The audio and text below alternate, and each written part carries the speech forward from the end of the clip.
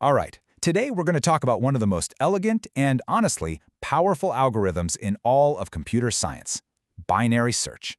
It's one of those amazing aha moments that shows how a single clever idea can solve a massive problem exponentially faster. So let's see how it works. So let's start with a problem.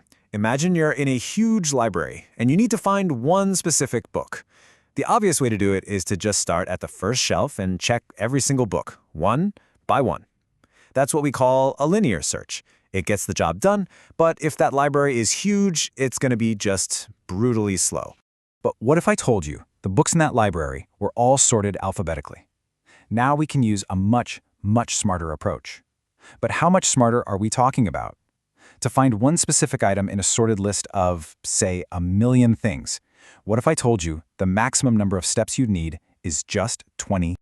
Yep, you heard that right. Just 20 steps to find one needle in a haystack of 1,000,000 other needles. That's the absolutely mind-blowing efficiency of binary search. So how in the world does it pull off this magic trick? Well, the secret sauce is a simple but incredibly powerful idea called divide and conquer. It's all about making the problem smaller and smaller and smaller until it's just easy to solve. Imagine you have a big, sorted list of numbers. Instead of starting at the very beginning, which we know is slow, binary search jumps straight to the middle. It then looks at that middle number and compares it to the number you're actually looking for. So let's say you're looking for the number 75 and the number in the middle is 50. Because the whole list is sorted, you now know with 100% certainty that your number, 75, cannot possibly be in that entire first half of the list. And that right there, that's the whole game. With a single check, you've literally thrown away half of the problem. And then you just do it again. You take the half that's left, jump to its middle, compare, and throw away half of that. This process of just having and having and having again is the absolute core of the algorithm. But remember, and this is the one rule you cannot forget, it only works if the list is sorted. If it's not sorted, the whole logic just completely falls apart. Now, in programmer speak, we have a name for this incredible efficiency. We call it logarithmic time, or O of log n. What that really means for you and me is that the algorithm scales beautifully. Even if you double the list size from 1,000,000 to 2,000,000 items, it only adds one single extra step. It's insane. Okay, so the concept is awesome. We get it. But how do we actually translate this into code that, works? It's all about keeping track of the part of the list you're currently looking at. You basically use 3 variables, or pointers, to manage your search window: low, high, and mid. You start with low at the beginning and high at the very end. Then, in a loop, you find the midpoint. Check the number there. If it's what you want, great, you're done. If your target is bigger, you know you only need to look in the upper half, so you just move your low pointer up. And if it's smaller, you move your high pointer down. You just keep shrinking that window until you find it. Now this seems pretty straightforward, right? But here's where things get really interesting. There's a super subtle, hidden bug that can pop up in the most obvious way to calculate that middle point. A bug that actually went unnoticed for years. You'd think that calculating the middle is as simple as adding low and high and dividing by 2.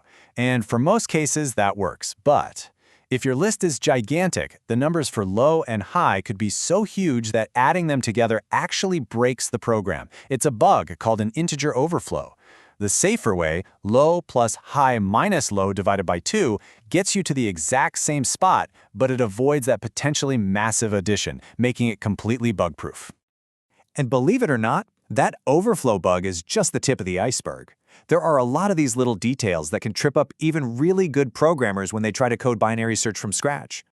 I'm not kidding. The computer scientist John Bentley famously wrote that when he gave this exact problem to professional programmers, a staggering 90% of them had bugs in their first attempt. 90%! So how do you make sure you're in the 10% that gets it right, especially if you're in a high-pressure situation like a coding interview? It all comes down to testing. You have to think about all the weird, tricky situations, the edge cases that could break your logic. And here's a really great acronym to help you remember what to test for: Findable. Each letter stands for a common edge case. For example, what happens if the array is empty, or if it has only a single element, alone, or if your target is the very first or the very final item? Thinking through these systematically is how you build bulletproof code. Okay, let's switch gears for a second and clear up something that trips up a lot of people: You've probably heard of something that sounds almost exactly the same as binary search, but it's a totally different thing. Okay, here's the deal. Binary search is an algorithm. Think of it like a recipe. It's a set of steps you follow. A binary search tree, on the other hand, is a data structure. It's like a specially designed pantry for storing your ingredients. It's built using the same principles to make finding things fast, but one is a process and the other is a storage system. So, let's zoom out and look at the big picture. We know binary search is incredibly powerful, but what are the ground rules? When can you actually use this thing? There are two absolute non-negotiable rules. First, we've said it a dozen times, the data must be sorted. Second, you need something called random access. That's a fancy term that just means you can jump to any item in the list instantly if you know its position. That's why binary search is perfect for arrays, but totally fails on other structures, like a linked list, where you'd have to walk from the beginning just to find the middle. But once you meet those two conditions, you start seeing the power of binary search absolutely everywhere. It's the secret behind how databases can find a single record among millions in the blink of an eye. It's how your computer can find a file so quickly. It's even used in developer tools like Git Bisect, which uses binary search on your code's history to pinpoint the exact moment a bug was introduced. And that brings us to the final and maybe most important question of all. We know sorting data takes time. Sometimes it can take even longer than just doing a single slow linear search. So, when is it actually worth it?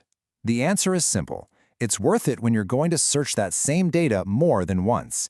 You pay that one-time cost to sort it up front, and in return, you get to do lightning-fast searches over and over and over again. It's a classic trade-off, a little work now for a massive payoff down the line.